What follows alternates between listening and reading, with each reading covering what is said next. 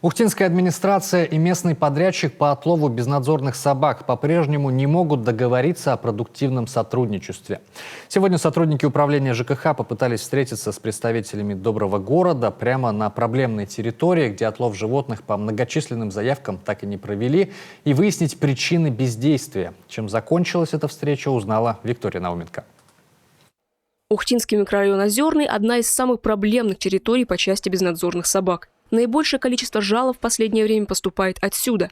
Местные жители хорошо знают места их обитания и регулярно сообщают о них и в Ухтинскую администрацию, и в соцсетях. Заявки передают организации подрядчику. Сейчас на территории Ухтинского района действует контракт на отлов бездомных псов с Добрым городом. Однако результата люди не видят.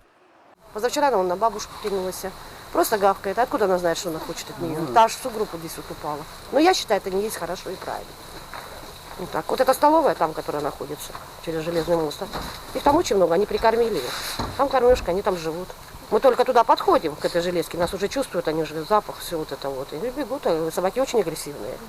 Надеемся все-таки, что те разговоры, те переговоры, которые с ними велись, все-таки даром не пройдут, все-таки, что у нас как-то пойдет сотрудничество. Со своей стороны администрация делает все возможное по законодательству в своих полномочиях рамках, чтобы обеспечить безопасность жителей.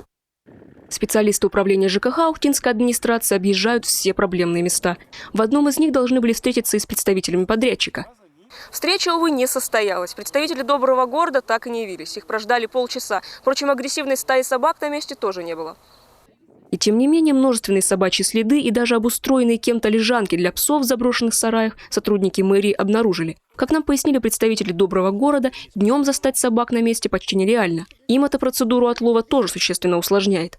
А еще отсутствие клеток для массового отлова животных на месте. Их в ходе переговоров в конце января администрация обещала предоставить, но до сих пор этого не сделала. Кстати, об отмене предстоящей встречи Добрый город, со слов его представителей, мэрии официально сообщал. Все сотрудники и волонтеры, которые могли бы сегодня присутствовать, в настоящее время болеют.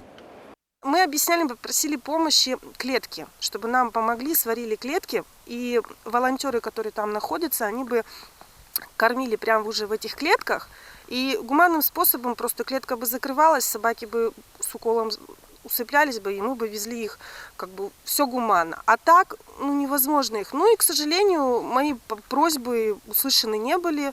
Я 1 февраля свою просьбу повторяла в личных сообщениях вот по WhatsApp Олегу Александровичу. Ответа не последовало. Управление ЖКХ готово предоставить клетки лишь при гарантии выполнения работы. На сегодняшний день подтверждающих отлов документов они по-прежнему не получили. Как нам говорят, что собака не отлавливают, хотя сведений нам не было предоставлено, документы никакие они нам не предоставили об отлове. Заявки поступают, по некоторым заявкам, повторным заявкам, видно, что ничего не сделано, собаки не отловлены. Мы им звонили, спрашивали, почему по заявкам отработок нету, говорят, что не хватает средств, не хватает сил, не хватает людей. Тем временем, как нас заверили представители Доброго города, по условиям недавнего прямого контракта уже отловлено 35 псов. И в ближайшее время заключать новый контракт и ловить собак они не планируют. Виктория Науменко, Павел Лагутин, телеканал Юрган, Ухта.